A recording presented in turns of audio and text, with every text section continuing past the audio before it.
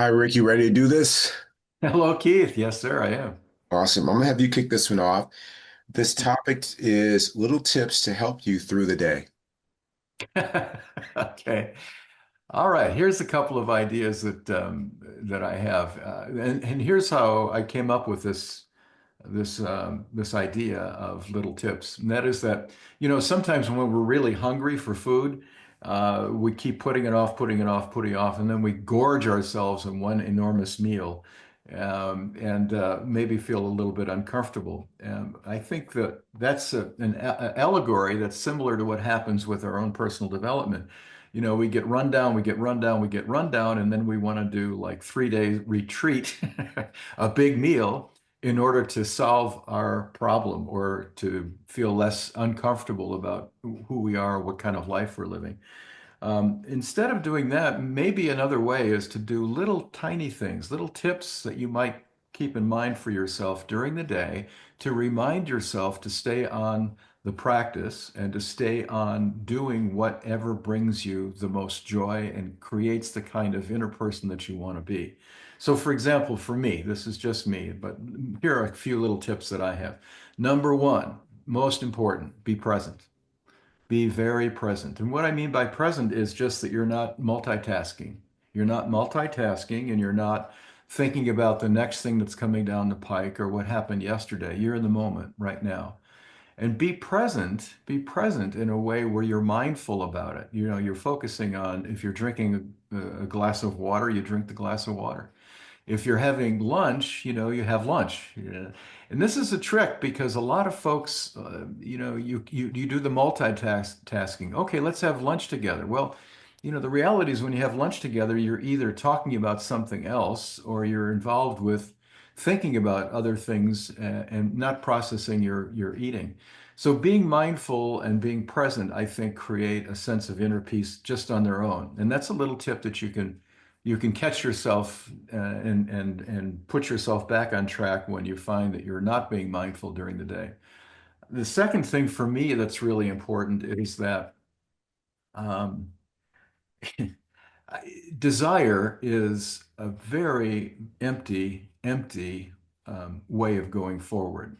So when I'm desiring something, I'm talking mostly now about material possessions. I have this crazy way of all of a sudden I get a Jones for a new camera, or I get a Jones for a new phone, or I want to have a bunch of new books. And the point is that to me reflects a desire that so long as it's unfulfilled, I'll be unhappy. So it's easy just to get rid of the desire, just to not have it. And how do you do that? You just do it. You just decide it's not serving me. I'm not going to go down that road. And that's similar to another thing that I have a hang up on, which is other in the area of material things, which is becoming greedy. I have this tendency where if I have if I've had one good break, then I want to have another one. Let's talk about, let's say, a case that I win that I get some money on.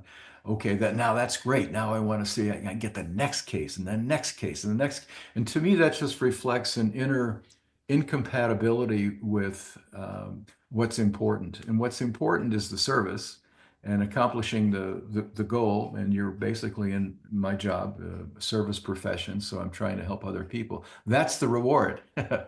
Yeah, you have to pay the bills. The cash flow has to come in. You have to pay your people. But the reality is the greed gets in the way of that. We think all we're doing is making ourselves in a little bit more secure. But then I have to remind myself that there is, in fact, in life, no security. Yeah. So rather than chase a false god like greed, I feel more peaceful when I don't mess with it. I guess one last thing, and maybe I said last before, but now I really mean it.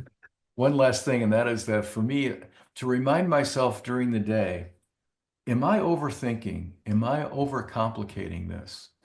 I think that it took me a long time to figure this out, but life is very simple, and the happier you are, the simpler it gets. And the choices that you make to be kind, to be compassionate, not to let things in your heart that you know are toxic or are negative or are things that are not helping you, not serving you, that's an important filter, important screen to have. So if you can keep life simple, and you can keep your greed and your desire under control. And you can also be present and mindful. I think those things put you on the road during the day to have a really great experience.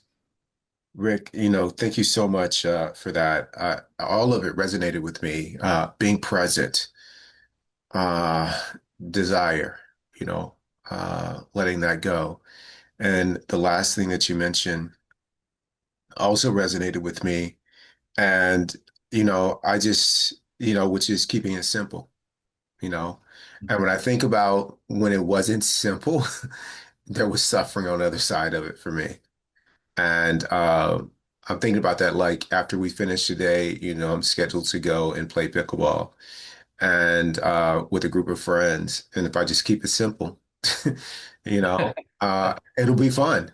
And if I'm not having fun out there, I haven't kept it simple. I just make it that. And having fun for me has been something that I've been working on, at least on the court. I can do it I've been really successful doing other places is it can, what if it was free of win or lose, right? Mhm. If it's free of win or lose, then I'm going to have fun no matter what the outcome is. And I want life to be like that, right? Like me loving, me serving, me giving, me being happy. It's not dependent on outcome. And then and that's another little simple tip, right? It's Mhm. like make your experiences free of their you make how you feel in your experiences free of what happens on Mhm. what the outcome is. Man, Mhm. that's it. Rick, I love you. Thank you so much. I love you, Keith. Great tips. Thank you very much. I Oh, love you. We'll see thank you you. next.